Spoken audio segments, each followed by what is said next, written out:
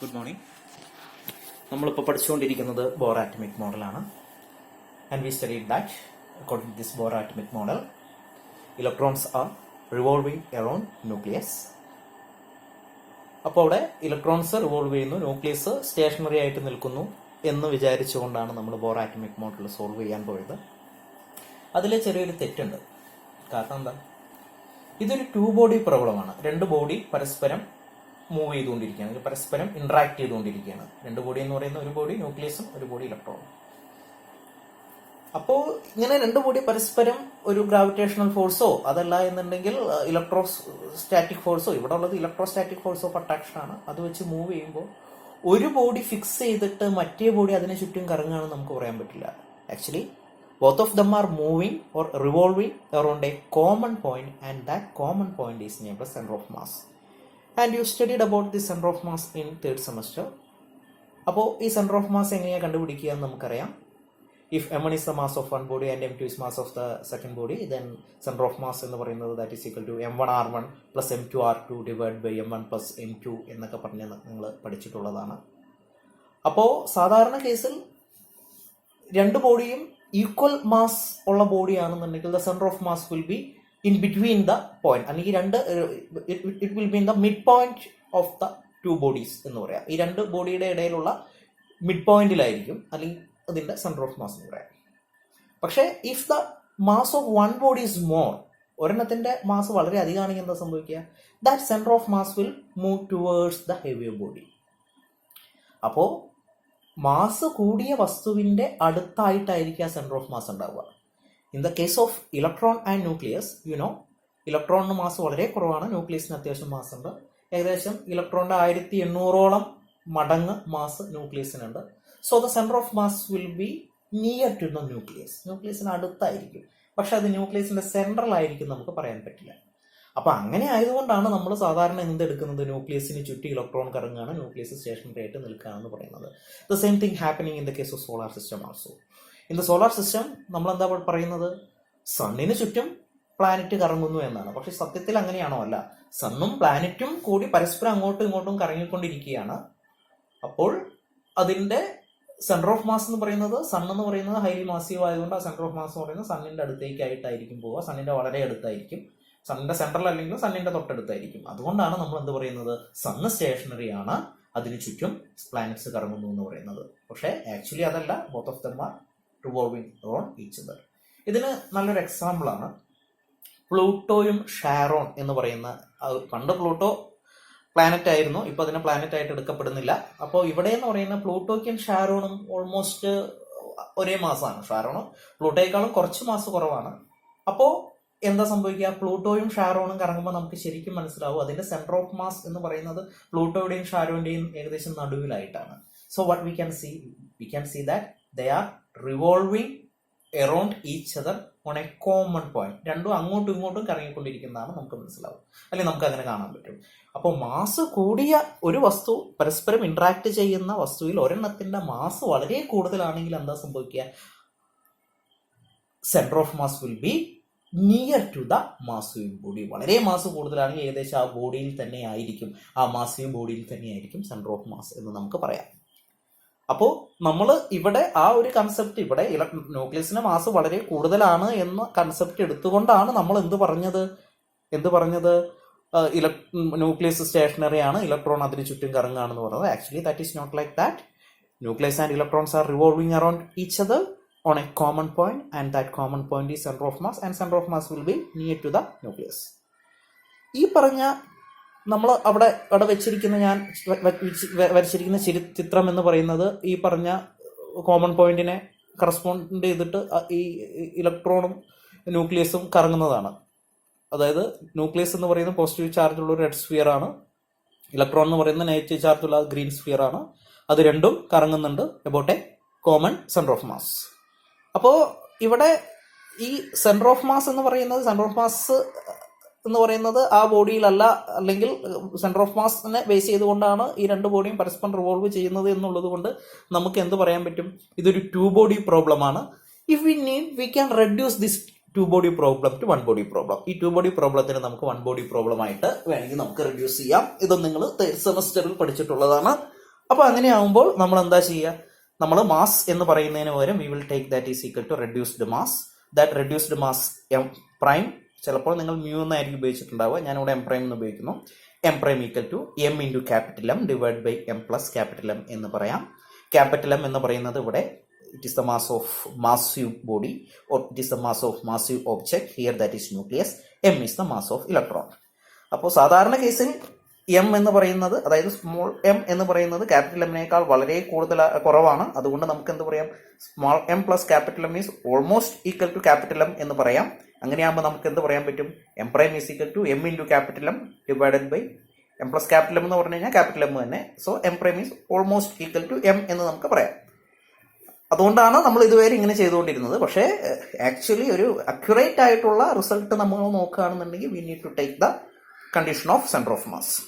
അപ്പോൾ നമ്മൾ ഈ സെന്റർ ഓഫ് മാസ് എന്ന് പറയുന്നത് എടുത്തു. അപ്പോൾ അങ്ങനെ സെന്റർ ഓഫ് മാസ് വെച്ചിട്ടാണ് ഇത് മൂവ് ചെയ്യുന്നത്. അപ്പോൾ സെന്റർ ഓഫ് മാസ് വെച്ച് മൂവ് ചെയ്യുന്നു എന്ന് പറയുന്നതുകൊണ്ട് തന്നെ നമുക്കൊരു ആക്ച്വൽ അല്ലെങ്കിൽ അത്ര അക്യുറേറ്റ് ആയിട്ടുള്ള കാൽക്കുലേഷന് വേണ്ടിയിട്ട് we need to take the reduced mass instead of the mass of electron as M.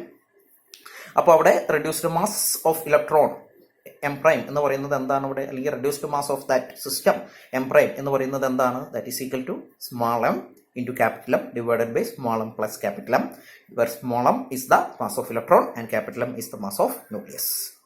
അപ്പോൾ അവിടെ നിന്ന് I am going to find the energy. സാധാരണ കേസിൽ നമ്മൾ എനർജി ഓഫ് ഇൻ ഇലക്ട്രോൺ എന്ന് പറയുന്നത് നമ്മൾ പറഞ്ഞത് minus M E raise to 4 divide by 8 epsilon 0 square H square N square എന്നായിരുന്നു. But here since we are taking the motion of nucleus also we are taking reduced mass. So ഈ n എന്നുള്ളതിന് പകരം നമുക്ക് ഈ n prime എന്ന് നമുക്ക് എഴുതാം. That is equal to minus M prime E raise to 4 divide by 8 epsilon square H square N square എന്ന് നമുക്ക് എഴുതാം. അപ്പോൾ ഇതിനെ ഞാൻ എന്ത് ചെയ്യുന്നു, ഒരു ക്യാപിറ്റൽ എം കൊണ്ട് മൾട്ടിപ്ലൈ ചെയ്യുകയും ഒരു സ്മോൾ എം കൊണ്ട് മൾട്ടിപ്ലൈ ചെയ്യുകയും ഡിവൈഡ് ചെയ്യുകയും ചെയ്യുന്നു. അതായത് ന്യൂമറേറ്ററിലും ഡിനോമിനേറ്ററിലും ഒരു സ്മോൾ എം കൊണ്ട് മൾട്ടിപ്ലൈ ചെയ്യുന്നു. അപ്പോൾ നമുക്ക് എന്ത് ചെയ്യാം, it is equal to M prime into minus M E raise to 4 divide by M 8 epsilon 0 square H square N square എന്ന് എഴുതാം. അപ്പോൾ അതിനെ we already know that minus M E raise to 4 divide by 8 epsilon 0 square H square N square എന്ന് പറയുന്നത് നമ്മൾ E N എന്നാണ് എഴുതിയിരിക്കുന്നത്. So E N prime is equal to M prime divide by M into E N എന്ന് നമുക്ക് എഴുതാം. അപ്പോൾ ഒരു കാര്യം കൂടി പറയുന്നു, ഈ എം പ്രൈമും എമ്മും എന്ന് പറയുന്നത് ഓൾമോസ്റ്റ് ഒന്ന് തന്നെയാണ്, വലിയൊരു വ്യത്യാസം ഉണ്ടാവില്ല. അതുകൊണ്ടാണ് E N prime is almost equal to E N നമ്മൾ എടുക്കുന്നത്. പക്ഷേ ഇതിന്റെ ഐഡിയ ശരിക്കും നമുക്ക് കിട്ടുക എവിടെയാന്ന് വെച്ച് കഴിഞ്ഞാൽ ഡ്യൂട്ടീരിയത്തിനെ പറ്റി ചിന്തിക്കുമ്പോഴാണ്. കാരണം എന്താണെന്ന് വെച്ചാൽ ഡ്യൂട്ടീരിയത്തിന്റെ കേസിൽ എം പ്രൈം എന്ന് പറയുന്നത് എന്താ, M into capital M divide by small M plus capital M ആണ്. ഡ്യൂട്ടീരിയത്തിന്റെ കേസിൽ അങ്ങനെ തന്നെയാണെന്ന് വിചാരിക്കുക. അവിടെ ഡ്യൂട്ടീരിയത്തിന്റെ കേസിൽ ക്യാപിറ്റൽ എം എന്ന് പറഞ്ഞാൽ എന്താ, that is the mass of nucleus അല്ലെ. ഡ്യൂട്ടീരിയത്തിന്റെ കേസിൽ ന്യൂക്ലിയസിൽ എന്തൊക്കെയുണ്ട്, ഒരു പ്രോട്ടോണും ഉണ്ട്, ഒരു എന്തുണ്ട്, ഇലക്ട്രോണും ഉണ്ട്, ശരിയല്ലേ? I am so sorry. ഡ്യൂട്ടീരിയത്തിന്റെ കേസിൽ ന്യൂക്ലിയസിൽ എന്തുണ്ട്, ഒരു പ്രോട്ടോണും ഉണ്ട്, ഒരു എന്തുണ്ട്, ന്യൂട്രോണും ഉണ്ട് അല്ലെ. ഒരു ന്യൂട്രോണും ഒരു പ്രോട്ടോണും ന്യൂക്ലിയസിലുള്ള ഹൈഡ്രജൻ ആറ്റത്തിനെയാണ് നമ്മൾ ഡ്യൂട്ടീരിയം എന്ന് പറയുക. അതുപോലെ ഒരു പ്രോട്ടോണും 2 ന്യൂട്രോണും ഉള്ള ഒരു ഹൈഡ്രജൻ ആറ്റത്തിനെയാണ് നമ്മൾ എന്തെന്ന് പറയാറ്, ട്രിഷ്യം എന്ന് പറയാറ്. അപ്പോൾ ഡ്യൂട്ടീരിയത്തിന്റെ കേസിൽ എടുത്തു നോക്കുകയാണെങ്കിൽ നമുക്ക് ക്യാപിറ്റൽ എം എന്ന് പറയുന്ന മാസ് ഓഫ് ന്യൂക്ലിയസ് എന്ന് പറയുന്നത് സാധാരണ ഹൈഡ്രജന്റെ മാസ് ഓഫ് ന്യൂക്ലിയസിന്റെ ഡബിൾ ആയിരിക്കും എന്ന് പറയാം അല്ലെ. ഒരു പ്രോട്ടോണിന്റെ ഏകദേശം അതേ മാസ് തന്നെയാണ് ന്യൂട്രോണും. അപ്പോൾ ടോട്ടൽ മാസ് എന്ന് പറയുന്നത് സാധാ ഹൈഡ്രജനെ സംബന്ധിച്ചോളം അതിന്റെ ഡബിൾ ആണെന്ന് പറയാം. അപ്പൊ അതായത് നമുക്ക് എന്ത് പറയാൻ പറ്റും, ആ റെഡ്യൂസ്ഡ് മാസ് എന്ന് പറയുന്നത് എന്താവും, ഡ്യൂട്ടീരിയത്തിന്റെ റെഡ്യൂസ്ഡ് മാസ് എന്ന് പറയുന്നത് സാധാ ഹൈഡ്രജന്റെ ഒരു പ്രോട്ടോൺ മാത്രം ന്യൂക്ലിയസിലുള്ള ഹൈഡ്രജൻ നമ്മൾ സാധാരണ പ്രോട്ടിയം എന്നാണ് പറയാറ്. അപ്പൊ സാധാരണ പ്രോട്ടിയത്തിന്റെ റെഡ്യൂസ്ഡ് മാസിനേക്കാൾ വളരെ അധികമായിരിക്കും, അതേസമയം അതിന്റെ ഡബിൾ ആയിരിക്കും എന്തെന്ന് പറയാം, ഡ്യൂട്ടീരിയത്തിന്റെ റെഡ്യൂസ്ഡ് മാസ് എന്ന് പറയാം. അപ്പോൾ അങ്ങനെയാകുമ്പോൾ സ്വാഭാവികമായും എന്ത് സംഭവിക്കും, അതിന്റെ എനർജി ഓഫ് എൻ ഓർബിറ്റ് എന്ന് പറയുന്നതിന് എന്ത് വരും, ചെറിയൊരു വ്യത്യാസം വരും അല്ലെ. കാരണം എം പ്രൈം എന്ന് പറയുന്നത് എന്തല്ല, പ്രോട്ടിയത്തിന്റെ കേസിലുള്ള എം പ്രൈം അല്ല. അപ്പോൾ അങ്ങനെ നമ്മൾ നോക്കുമ്പോൾ നമുക്ക് എന്ത് മനസ്സിലാകും, എനർജി ലെവലിന് ചെറിയൊരു വ്യത്യാസമുള്ളത് കൊണ്ട് തന്നെ എന്ത് പറ്റും, ഈ ഒരു എനർജി ലെവലിൽ നിന്ന് മറ്റൊരു എനർജി ലെവലിലേക്ക്, അതായത് ഡ്യൂട്ടീരിയത്തിന്റെ കേസിൽ ഫസ്റ്റ് എനർജി ലെവൽ എന്ന് പറയുന്നത് എന്താണ്, പ്രോട്ടിയത്തിന്റെ ഫസ്റ്റ് എനർജി ലെവലുമായി ചെറിയൊരു വ്യത്യാസമുണ്ട്. അതുപോലെ സെക്കൻഡ് എനർജി ലെവൽ എന്ന് പറയുന്നത് പ്രോട്ടിയത്തിന്റെ സെക്കൻഡ് എനർജി ലെവലുമായി കുറച്ചൊരു വ്യത്യാസമുണ്ട്. അപ്പോൾ തന്നെ സ്വാഭാവികമായും ഡ്യൂട്ടീരിയത്തിന്റെ സെക്കൻഡ് എനർജി ലെവലിൽ നിന്ന് ഫസ്റ്റ് എനർജി ലെവലിലേക്ക് if the electron is jumping, what will the energy difference എന്ന് പറയുന്നത് പ്രോട്ടിയത്തിന്റെ സെക്കൻഡ് എനർജിയും ഫസ്റ്റ് എനർജിയും തമ്മിലുള്ള എനർജി ഡിഫറൻസിനേക്കാളും കുറച്ച് വ്യത്യസ്തമായിരിക്കും അല്ലെ.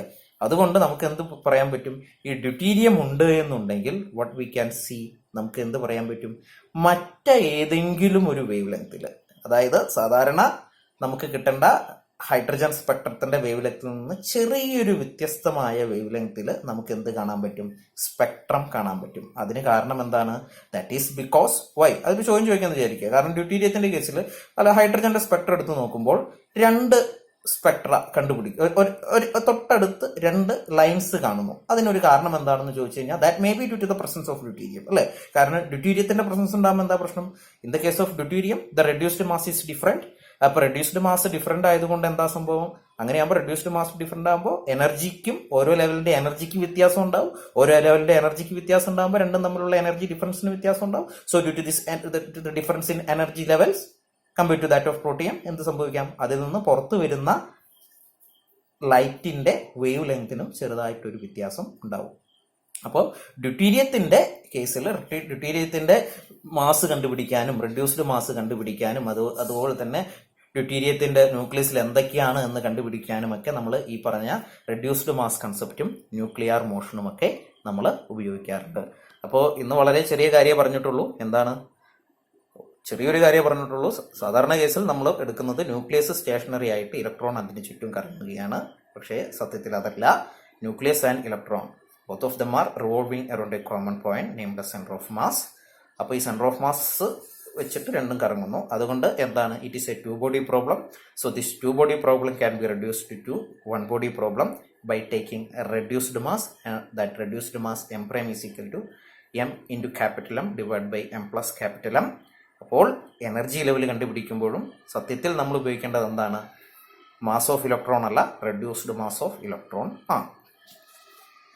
പക്ഷേ അതുമൂലമുണ്ടാകുന്ന റെഡ്യൂസ്ഡ് മാസ് ഓഫ് ഇലക്ട്രോണും ഇലക്ട്രോണിന്റെ മാസും തമ്മിൽ കാര്യമായ വ്യത്യാസമൊന്നുമില്ല, വളരെ ചെറിയൊരു ഡിഫറൻസ് ഉണ്ടാകുന്നുള്ളൂ. അതുകൊണ്ട് അത്രയും അക്യുറേറ്റ് കാൽക്കുലേഷൻസിന് മാത്രമേ നമ്മൾ എന്ത് ചെയ്യാറുള്ളൂ, ഈ പറഞ്ഞ എമ്മിന് പകരം എം പ്രൈം എന്ന് പറയുന്ന കൺസെപ്റ്റ് നമ്മൾ ഉപയോഗിക്കാറുള്ളൂ.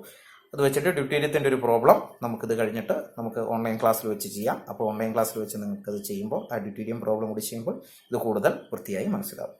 Okay, thank you.